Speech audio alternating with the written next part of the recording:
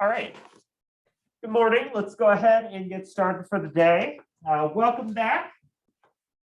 So today we are going to be talking about your first small writing assignment for the class. And we'll also be doing an activity today that will directly prepare and lead into that assignment too.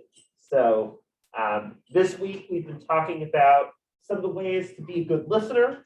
And last class, right, we talked about the barriers that impact effective listening. I had you all do a little role play activity, right, where you pretended to be a kind of bad listener, such as a narcissistic listener or an aggressive listener. And we talked through some of those bad habits that we have with listening all the time. So for this class, we're going to transition from that into an active discussion surrounding what it means to be a good, active, and engaged listener too. So I have a short prompt that I'm asking people to do for attendance today. So this is going to directly lead into your first writing assignment. So you might recall we did something similar on the first day of class, where I asked you to think about a story. So you can think about a different one for this class. This is a story that's happened in your life, and ideally one that takes a little bit of time, such as a few minutes to explain. So for instance, this could be a memorable story or event that happened with your friends, something that was completely unexpected, like a major event or issue that happened in your life, a major travel experience, or like a trip that you went on, right? A life move or change, something that changed substantially, or a specific challenge or issue that you needed to overcome. So again, I'll give you a few minutes, beginning of class, to write down or type, think about this story. And I will be asking each of you to share this story with a partner a little bit later. If you're one of the folks joining us on Zoom, you're welcome to write or type out that story and then email me your prompt for attendance credit too.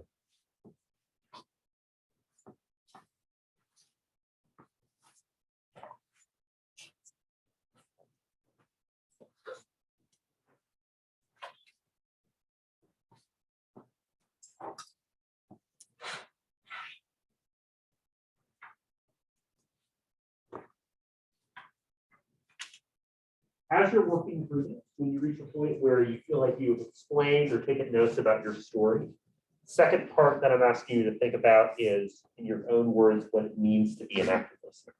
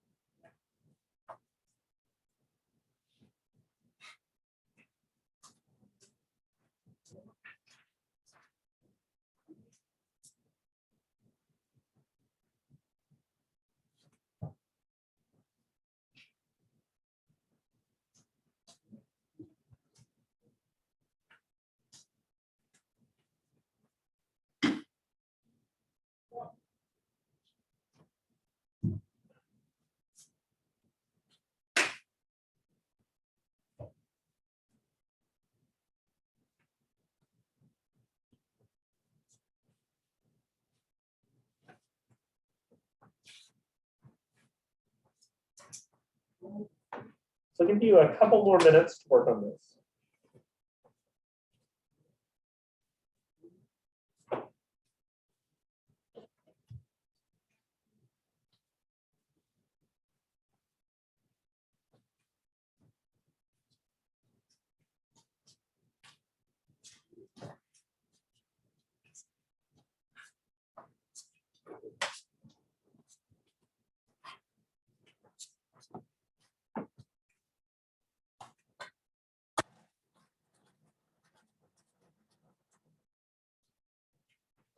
Got a pencil sharpener, might as well use it. Does not work very well. I can believe it.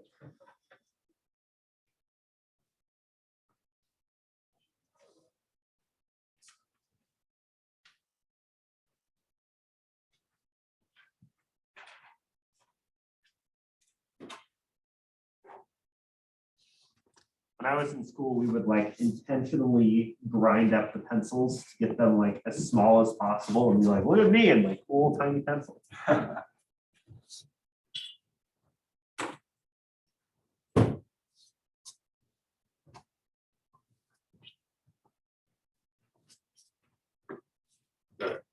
go ahead and finish if you're just writing the last sentence.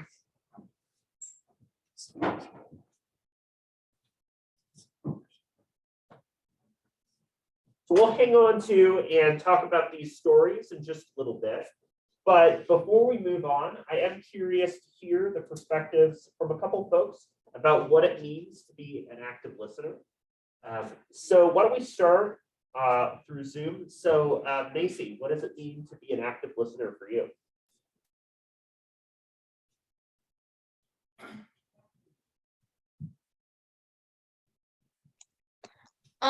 For me, an active listener means to be actively I'm sure we engaged can in the hear you right now. conversation. We can try. Mm, Okay, there we go. Is it working now? Yes, I'll turn it down just a little bit. Yes, we can hear you. Okay, sorry. So in my own words, an active listener means to be actively engaged in the conversation and verbally or non-verbally communicating your attention to the speaker. So this means like using your body language and words basically to show that you're actually processing what they're saying. So it could be like your eye contact, facial expressions, and then you can use acknowledging words to show that you're listening, like just saying yes, okay, I see at appropriate times, or asking questions that clarify or paraphrase things that they had said. Yeah, that's a really good summary. I really like the way that you bring in the idea that we use verbal and nonverbal signals as a way to show that we care and that we're listening, right?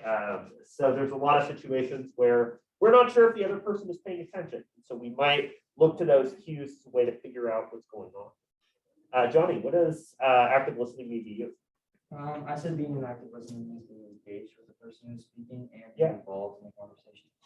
Yeah, so showing involvement, right? And that looks like a lot of different things. Again, it's clarifying, using verbal and nonverbal signals, so on. Nicole, how about you? I said being an active listener is being present in the current conversation. Oh, but no, that's a great way to discuss it, right? Being present, being there. You can think about building on our ideas from last class about how we think a lot more faster than we speak, right? So if somebody's talking, yeah, they're focused on putting together their sentences and putting their ideas out there. But for a listener, their mind is going to be in a lot of other different places, right? For instance, if you're on Zoom and you're hearing somebody start to speak, maybe you're multitasking and you have other tabs open because you think and work through material a lot more quickly than that person. So returning back to center is a really major challenge. So thanks for sharing and getting us started in thinking about the important steps involved in active listening. The last class, we went over some ideas for the course, barriers impacting listening again, and some of the strategies we can use for those. Again, things like narcissistic listening, the presence of things like noise, like physical noise and psychological noise, negatively impact our own listening and make it more challenging for us. Some of the ideas, right? We got into things like selective attention, only paying attention to parts of the message, listening to prepare a response. Oftentimes it's a strategy used in something like a debate, right? Where you're listening to figure out what to say next. Also, right, again, listening is a two-way street. The speaker is also responsible for making a good message. If somebody's trying to talk on Zoom and they're muted, right, that's their responsibility to fix that. And then also things like prejudice listening, putting up a wall can impact how you take in and understand a message. We talked about, again, some of these bad listening practices, pretending to listen, especially the use of nonverbals that don't quite match up, listening to focus on yourself, right? If you've ever watched the Disney film, The Emperor's New Groove, right? The character says, it's all about me, and has this very like silly narcissistic approach.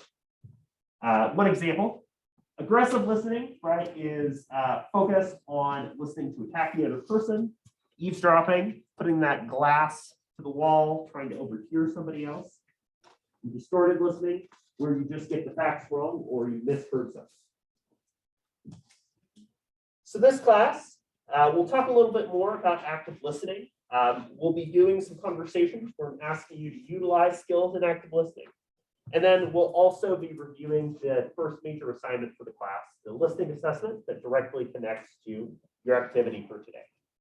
As a reminder, today is the deadline to complete your week 1 quiz on Canvas. If you haven't done so already, remember that the quiz is open note and open book. You have as much time as you need to complete it. Recommend having tabs open or having access to the syllabus in the week 1 reading as you're working through the quiz.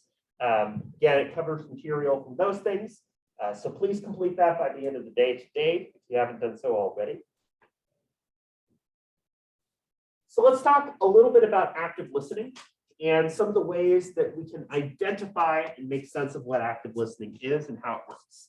I think you all brought in some really good points that help us to understand and make sense of what it means to be an active listener. So active listening brings us back to the idea that listening is a 5-step process, right? Listening is not just putting something through your ears and making sense of it. It's how you're able to recall, to remember, to evaluate, and to make your message important. So active listening means that we have good learning behaviors, right? That we're learning and understanding and paying attention to the message. And also that we're showing good cognitive listening practices, right? That we're processing and really thinking about and evaluating the message too, right? One major example of this would be if you're listening to like a very politically charged or kind of propaganda oriented speech, right? If you're listening to that speech casually, maybe it's on in the background, very different from critically evaluating it and questioning the assumptions or beliefs that the speaker brings to the table. So again, active listening really tries to focus on making the message make sense to you and that other person. We've talked about some of the barriers, again, the inclusion of noise, the idea that we think faster than somebody else might speak, and so on. And in many ways, active listening is about training yourself to address those barriers, right? One major way to do this is to think about the goals. What is it that you're hoping to get out of listening? For instance, in something like a class, right, you're trying to learn the material, to prepare for assignments, and exams, to follow along, and so on, right? If you're on a date, you're listening to get to know the other person, to figure out if they're a good person for you to get to know more, spend time with. If you're getting to know a friend or somebody else in the class, right? Maybe you want to understand them better and figure out their perspective. Figuring out a goal is really useful for us because if we know why we're listening, then we're a lot more motivated to do it, right? If we feel like there's something that's meaningful to us about this. How does this message relate to our lives? So this is an important question because there's a fine line between narcissistic listening and making listening meaningful. So for instance, maybe you're telling a story and you're talking about your own experiences growing up, living maybe in rural Eastern Washington. You might not have grown up in Eastern Washington, but you do find relatable the idea that you feel a little bit isolated or, you spent a lot of time on your own. You can find something in common with somebody else and using that, feel like you're paying better attention to them. It matters to you in a way that it wouldn't. Another key idea here is the importance of contextual listening, right? The way that you listen and pay attention to somebody else is going to look really different depending on the scenario. If you're talking to a friend and you use a lot of verbal feedback, like to say, yeah, that's funny, that's great, as somebody's talking, that's really different than the type of feedback you would give in something like class, right? There's a lot less verbal feedback. There might be nodding or using nonverbal communication. But the idea is that you have to adapt and focus on your listening style in a way that makes sense for the norms, the goals, and guidelines of that conversation. So you can think about these as ways that you're able to make that conversation matter to you. And again, not to make it about yourself, but to connect to it in a way that makes sense. And so, again, finding motivations and reasons that you want to listen is really important in guiding factor. I want to show a kind of short clip that helps us to think about some of the stages of active listening in a little bit more detail. I think it's a kind of fun way to think about the practice of active listening.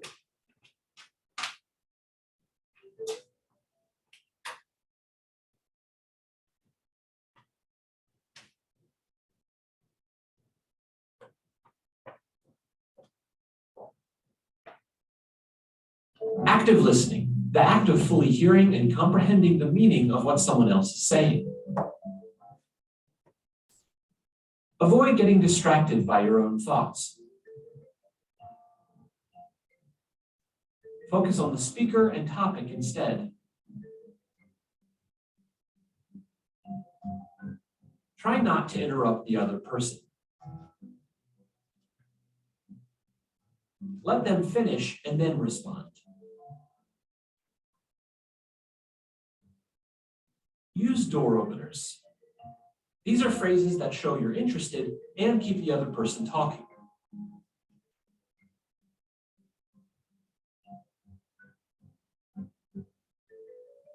Show that you're listening with body language.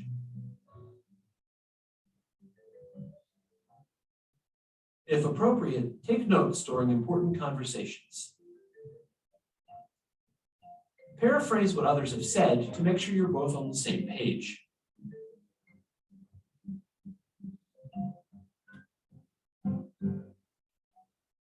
Thanks for listening. I thought it was kind of a fun way to think about listening and developing good listening skills because I like the use of visual, right? I like the idea that we have these kind of boxes going off in our heads that are almost playing out what we're thinking about over the course of a conversation. And the idea that we're like tuning back into the frequency of the other person. So refocusing, right, through active listening is one strategy to do. You can also think about active listening as using, again, things like paraphrasing, short phrases that help to clarify and understand the message, so on. Again, depending on the situation, doing things like taking notes can be a big help too. When it comes to incorporating and using different skills of active listening, you can think about some of the ways that these skills can help us in each of these 5 different areas, right? Because each of these is kind of its own hoop to jump through as you're growing and developing as a listener. At first you have, right, receiving. A big challenge here is that you're able to get that sensory information in a good way. Again, I used the example last class of somebody reading a book when they're at a park where there's a lot of other noise going on. It's creating focus, or it's doing something such as communicating in a place or setting that lets you focus, right? Finding an area to talk to somebody. Maybe you're on Zoom and you find a quiet place to work. That's a way to receive and really focus on getting at a basic sensory level the message effectively. Interpreting, right? Interpreting means, again, contextual reasoning, applying your listening to the situation in a way that makes sense. I use the example that if somebody starts talking about drafting and they're an architect, right? Drafting school means architecture. It doesn't mean the military. So thinking about words that have multiple meanings and which meanings make sense for the situation is a good idea. So recalling, right, is an important thing. If you're trying to remember somebody's name or learn things about them, or one thing you'll be doing for this activity, right, is recalling. Repeating over and over, saying, okay, this person's name is James, James, right? Also repeating over a prolonged period of time helps a lot. Remember that there's short-term listening, which is about an hour, long-term listening, which might last forever. Mnemonic devices are really useful. For instance, as a kind of spelling and grammar one, right? I before E, except after C is a way to remember how you're spelling words. For example, the word receive has an E first because of the C. So there's a lot of different devices like that, or the use of acronyms. For instance, the DARE campaign to address the use of drugs is one example of using acronyms. And also, again, working on remembering that message over a longer period of time, moving it over from short-term to long-term. Evaluating, right? One way to do a good evaluation is to separate facts from opinion. Again, you might think about the 3 hecks: who the heck wrote it, who the heck paid for it, and when the heck was it written, if you're evaluating the credibility of something like a written source. And then responding. Again, it's giving feedback that feels like it's relevant and able to support the message. If somebody is loudly saying, yeah, sure, in a way that doesn't align with the conversation or the sentence, it's not going to work out so well and not going to show that you really are listening and caring about the other person. Another key idea here, right, is the use of coaching and the ways that you can help yourself to become a better listener. One idea is covert coaching, where you're sending yourself a message, right, internally to help you be focused and to pay attention to listening. For instance, maybe you're talking to a friend and your mind starts to wander and you say, you know what, I really need to be here for my friend who's going through a rough time. Let's refocus, right? It's telling yourself something that helps you get back on track. And it's a useful skill because, again, we think faster than we speak. Self-reinforcement, right, is the idea that you're able to speak positively about or support yourself as a listener. Able to say, okay, I'm on track. I'm understanding what this person has to say. And then another strategy that we can use is covert questioning, right? And that's the idea that you're asking yourself questions as you're following along to make sense of the message. For instance, okay, what was this person's name again? Oh yeah, that's right. What did they say their favorite color was? Okay, great. And you can use that as a skill where you're asking yourself questions to test your knowledge and listening skills. And again, help you to stay focused and on track. Because we think faster, we have more time to do these things that help us to course correct if we're not really listening. So those are some core ideas surrounding active listening and what it means to be a good and active listener. What I'd like us to do now is to put into practice what it means to listen and to focus. So for the folks on Zoom, I'm going to have you all work together as a group of 3, and I'll be putting you in a breakout room. But what I want you to do is to find a partner in the class, and you will alternate, and one person will share the story that you read at the beginning of class to that other person. You're welcome to take a few minutes to do that and to share that story. And then the listener, right, should focus on active listening. For instance, through the use of nonverbal communication, the use of follow-ups, the things that we've been talking about so far in the class to help to understand the message. And then once that person has fully told the story and it feels like it's been understood, you'll switch, and then you'll have the other person talk while the speaker listens. So I'm going to put the Zoom folks in a breakout room together. And then everybody else, please find somebody to talk to. And again, take the time to share the story and focus on actively listening and understanding the story as you're hearing it.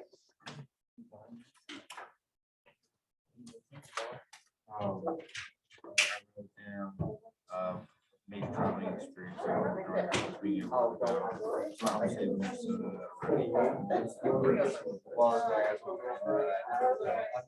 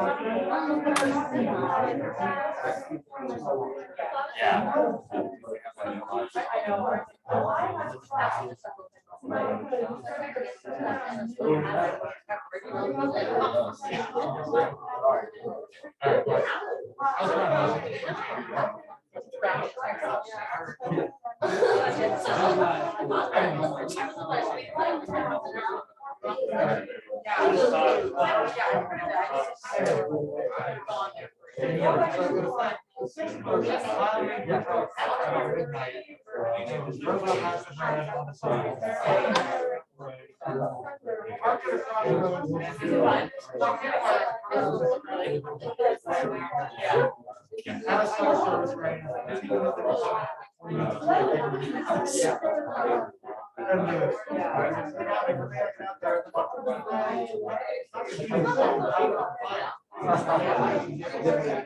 can tell him no.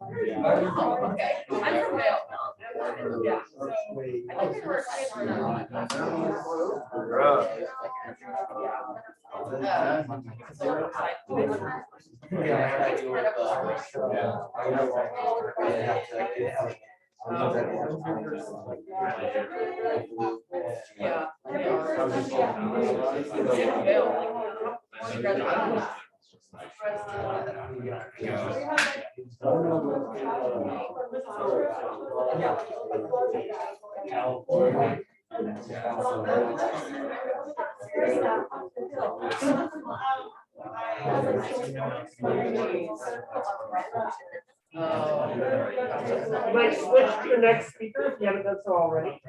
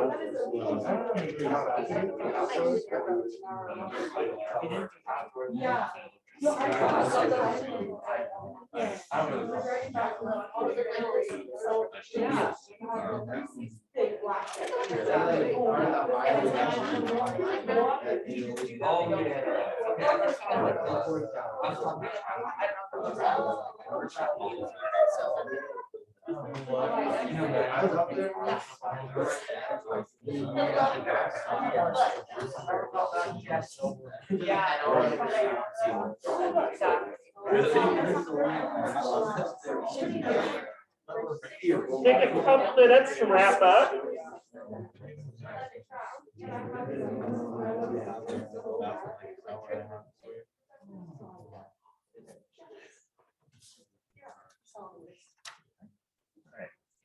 Sounds like most groups about done, so I will also kick out people that are in the breakout room.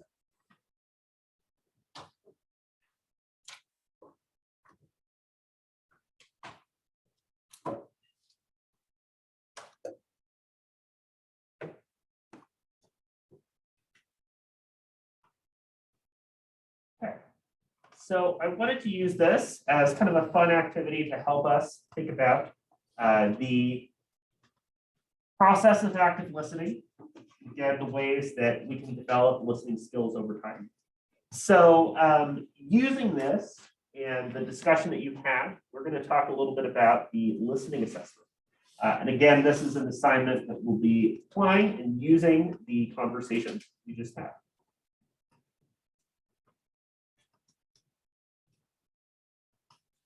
So if you go to our course on Canvas,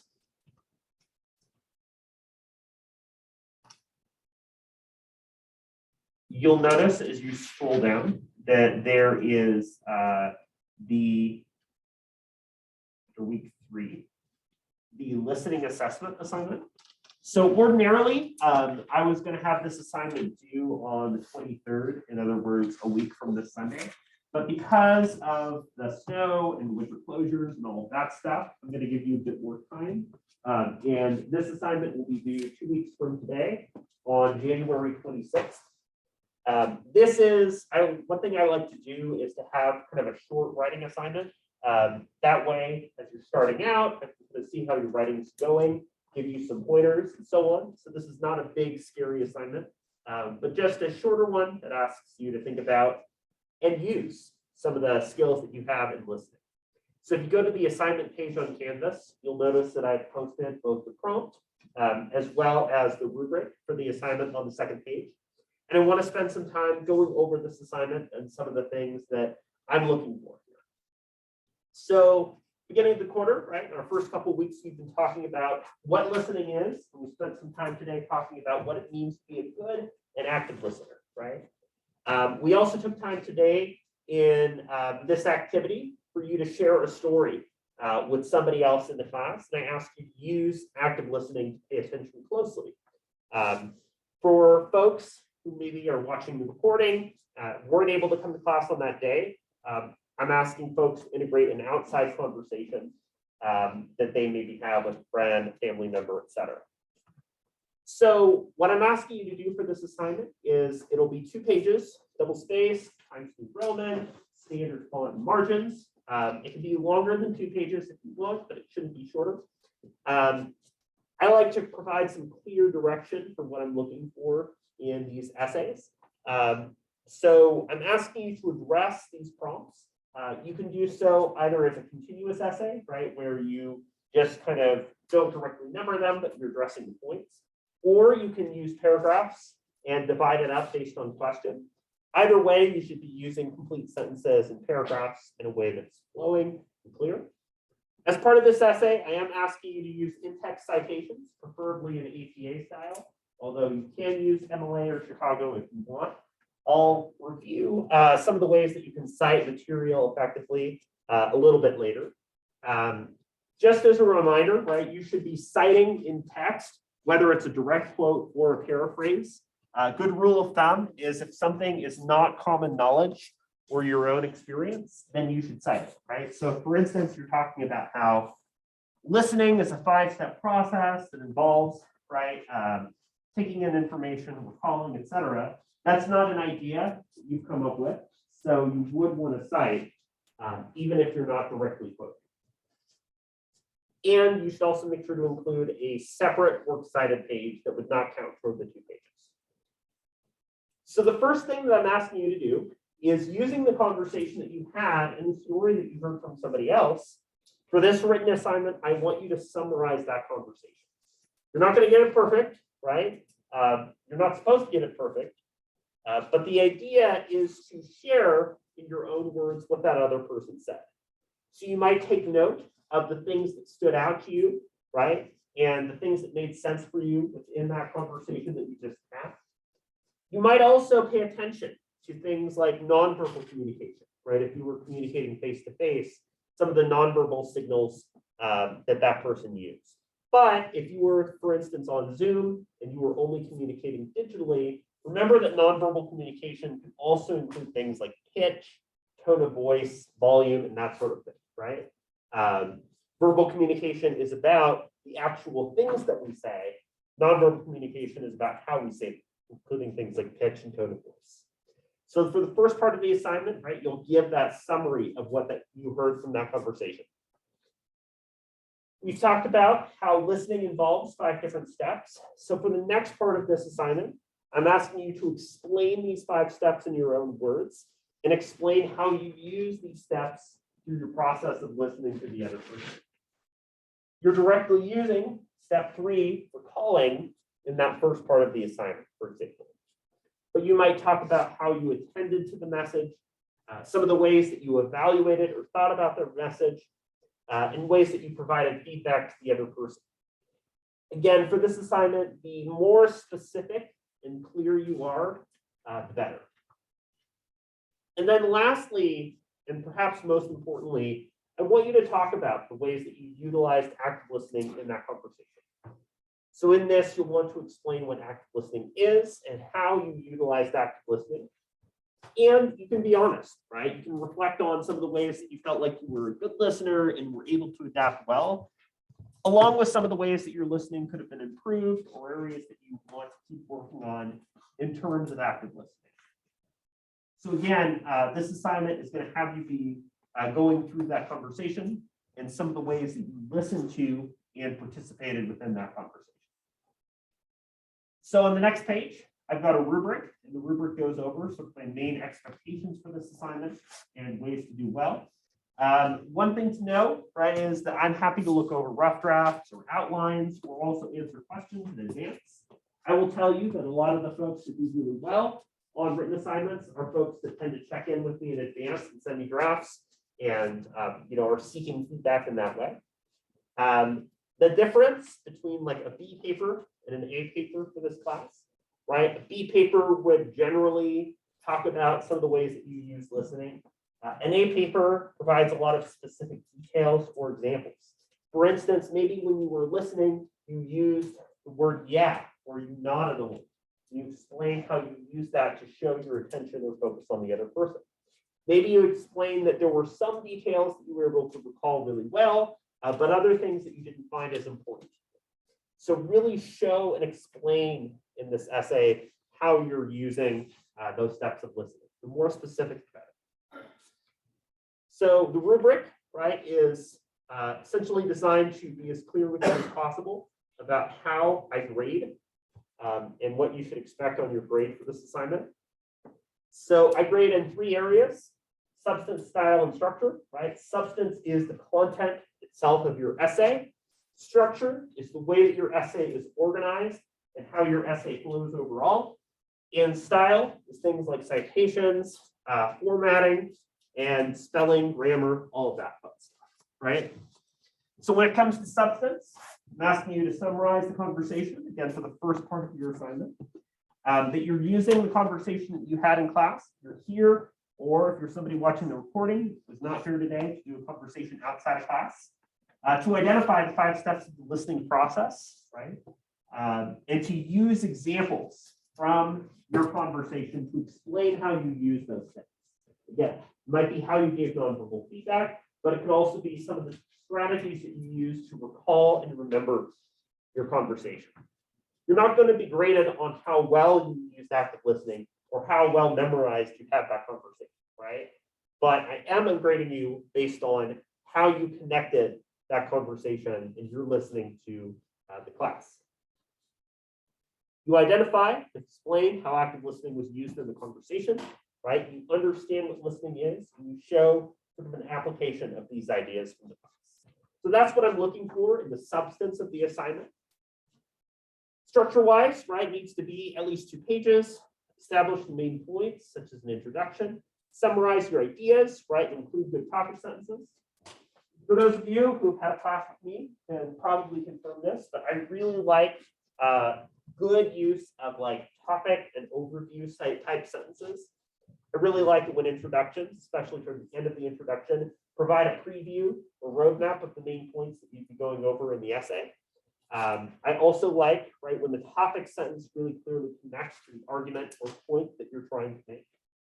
One model that I really like as far as structuring essays, the use of things like roadmaps, previewing, and so on, right, is tell me what you're going to tell me, right, preview your material. Tell me, or use the body material to explain those ideas, and then tell me what you told me. Use the conclusion to summarize those ideas. Tell me what you're going to tell me, tell me what you told me. And that is a good way to structure your paper. Another thing that I recommend, right, is try to split up paragraphs that run too long.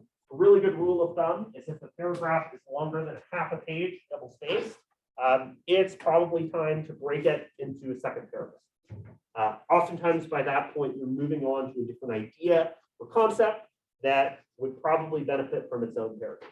So okay to go a little too long, but it should at least be those 2 pages. And then as far as the style of the paper goes, right?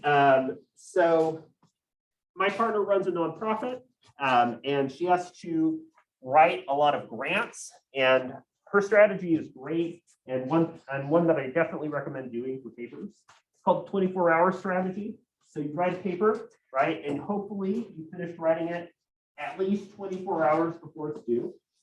And what you do is you print out your paper, put it on the table, and don't touch it for a day. Don't think about it. Don't worry about it. After a day, come back to the printed paper, read through it, and you'll notice that you'll do a much better job of catching any spelling or grammar errors that come up. The reason for that, right, is that when we scan and go over and over in our heads as we're writing, we tend to miss or skip over spelling errors. We come in with a fresh pair of eyes. It's a lot easier for us to find those errors later. So avoid those errors, right? Try to make your paper as clean as possible. Make sure you're using MLA, APA, or Chicago. Again, I recommend APA. You can get in touch with the Writing Center if you need additional help there. I also recommend you use Purdue OWL, which is a really great resource for going through and organizing your citations. And you'll need to cite both in text as well as from the textbook. Again, that's out of 100 points or 10% of your grade. So it's not a huge assignment, but it's a way to get us started in thinking about some of these ideas in the class. Any questions? Imagine questions might come up related to the assignment as we go into Friday, and I'll give you time on Friday as well to pose questions that you might have. But again, I didn't want to give you a big, challenging assignment to start things out. I think it's fairly straightforward. It shouldn't take you too long to work on, especially since you've done a lot of upfront work already. So to wrap up, some of the main points that we went over for today, we defined and explained active listening, right? Active listening means you're attending, you're engaged, you're showing positive behavior that's designed to understand and really comprehend the material.